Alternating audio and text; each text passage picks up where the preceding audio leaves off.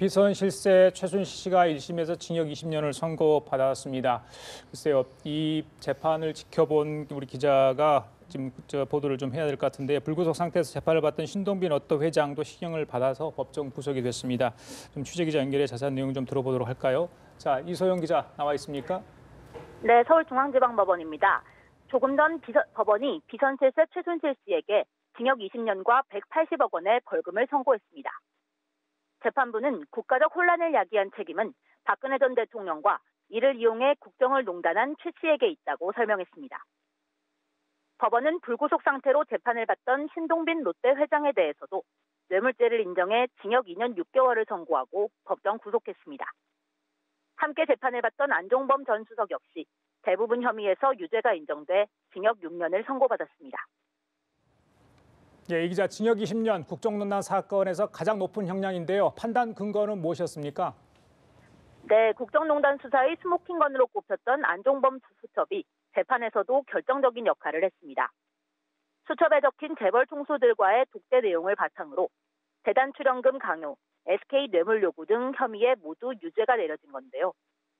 재판부는 안 전 수석이 박 전 대통령이 불러준 내용을 기록했다고 진술한 만큼 수첩이 국정농단 정황을 간접적으로 드러내는 증거라고 인정했습니다.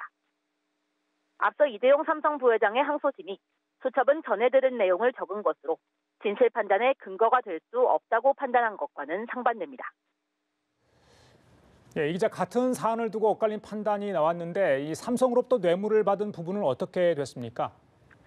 네, 재판부는 삼성이 정유라 씨를 위해 사준 명마와 훈련 지원 계약 등이 모두 뇌물이라고 결론 내렸습니다. 이재용 부회장 항소심 재판부가 용역 대금만을 뇌물로 본 것과는 달리 말값도 추가로 뇌물로 인정하며 뇌물 금액이 72억여 원으로 늘었습니다. 다만 삼성이 동계스포츠 영재센터나 미르, K스포츠재단 등에 낸 돈은 뇌물이 아니라고 봤는데요. 경영권 승계라는 부정한 청탁을 하고 그 대가로 돈을 건넸다고 보기 어렵다며 삼성 항소심 재판부와 결론을 같이 했습니다. 이 기자, 오늘 선고 결과 상당히 파장이 클 것 같습니다. 어떻게 전망하고 있습니까?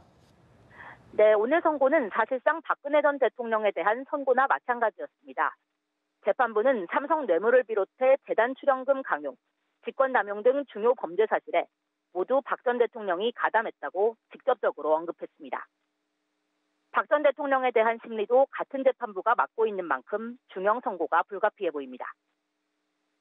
재벌 회장에게 집행유예가 선고되던 공식이 깨지며 신 회장이 구속된 것도 예상 밖의 일인 만큼 파장이 클 전망입니다. 안종범 수첩과 정유라 씨가 타던 말이 누구 것인지를 두고 먼저 대법원에 올라간 이재용 부회장 재판과 엇갈린 판단을 한 것도 주목할 만한데요. 두 사건 모두 아직 최종 결론은 나지 않은 만큼 향후 판단이 어떻게 나올지 관심이 모아집니다.